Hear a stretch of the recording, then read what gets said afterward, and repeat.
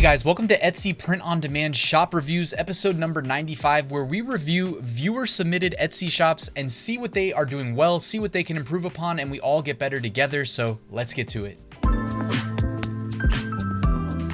All right, the shop we're reviewing today is Digital Inkwells. I'll drop a link to it in the description in case you want to follow along, but I like the branding here. Great use of the banner. Got the branded shop icon as well. 86 sales, 5-star average review. Your announcement says 25% Christmas discount sale. One quick recommendation. I always like to use an emoji there. If you didn't know, you can basically hold the window key and then hit the asterisk symbol to launch the emoji panel. Definitely drop me a comment and say thank you if you didn't know that. That's how I do my emojis. So go add a star emoji or something like that, and it'll, be a little bit more of a call to action in your announcement. All right, let's see what you have. You have 101 products total. Your featured items are Native American themed Christmas ornaments. By the way, killer designs. Love these designs, really nice. Wondering if they're original? Or it's crazy. We live in a day and age where it's like my mind wants to assume that they're generated by AI before I want to think that they're original. Either way, really nice style. And then honestly, like, you only have 3 listing images. It's not the end of the world to only have 3 listing images, but it's so easy to create like a templated approach to create more images when you're selling the same product type. So I would recommend just sitting down, taking a minute to generate a templated approach for your images. All your similar listings should benefit together at the same time when you use it, right? And go from 3 images to 10. Everything I've ever seen about Etsy, Amazon, you name the e-commerce marketplace, they tend to say that there's an increased conversion rate for whatever reason when you utilize those images. Even if one of them is just saying like how to order, right? And it could be generic where you don't even have to plug in the design, right? How to order. One can say enjoy 25% off for Christmas. You see what I'm saying? I never think that's a bad idea. And I mean, it looks like your listings are killing it. This one has in 20 carts. The next one, does it say? No.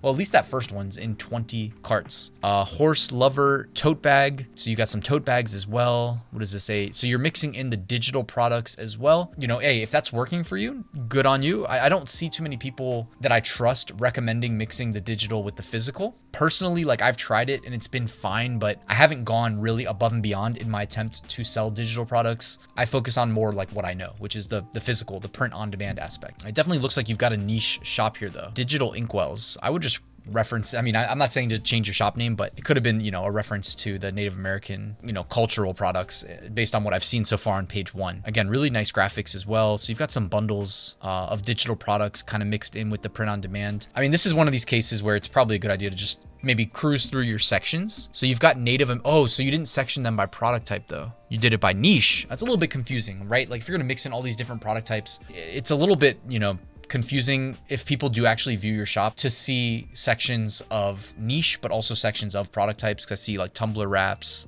It's not a cohesive presentation, right? Like most people don't look at this and say, oh, okay, you're selling tumbler wraps, but then you're selling Samsung TV art, but then you're also selling mugs. I don't even see mugs up there. You see what I'm saying? Like most people think in line of either all niches or all product types, but kind of a weird mix that you have going on there. So I'm assuming this is a mug, right? Yeah, it is. It looks like it's a mug. This is a digital download. No, okay, wow. So you are selling a digital download of a coffee mug for $16.50. I mean, this is a little bit confusing. I doubt I'm the only person that is a little bit confused by what you've got going on there, right? Saying it's a digital download, but charging the cost of a coffee mug. Some additional Christmas ornaments, some additional digital files, 100 old-fashioned Christmas stockings clip art. So make sure you have the rights to sell these. Hopefully you're not like, selling other people's stuff. I'm not trying to accuse you of doing that. I'm just saying, we don't want to see like reselling of digital products.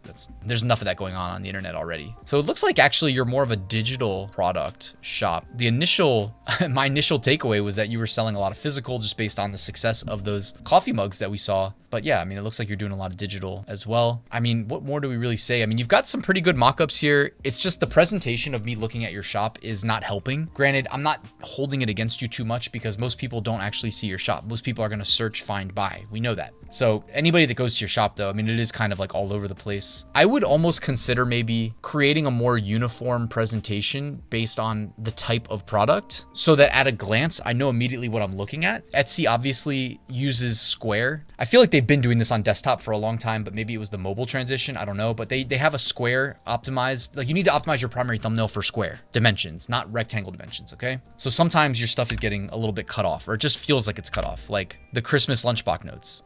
It feels a little bit cut off. Where it says digital download here, it's a little bit cut off, right? These earrings or guitar picks, whatever they are, they look a little bit cut off. I would just really, maybe not go backwards unless you have bestsellers, but moving forward, try to hone in on a uniform presentation that really highlights what you're selling. It can be different niche, like different niches of the same product type, even if your product type is that it's a digital product, but in this case, it's a cell phone background, or in this case, it's a TV background, or in this case, it's a, you know, coffee mug or print on demand design or design bundle. Have a really good primary thumbnail templated approach that probably includes some text in the image that says very clearly like digital download, but also think in your mind, like, are the people who are going to buy this going to resonate with that term digital download, right? Like if you are selling these Christmas lunchbox notes, it could just be moms wanting to purchase this or dads wanting to purchase it for their kids. You probably don't need to slap digital downloads on this one, even though it is a digital download. You could literally just make it very evident that, you know, I mean, you can maybe have a spot for variable text in your primary thumbnail template. I don't know.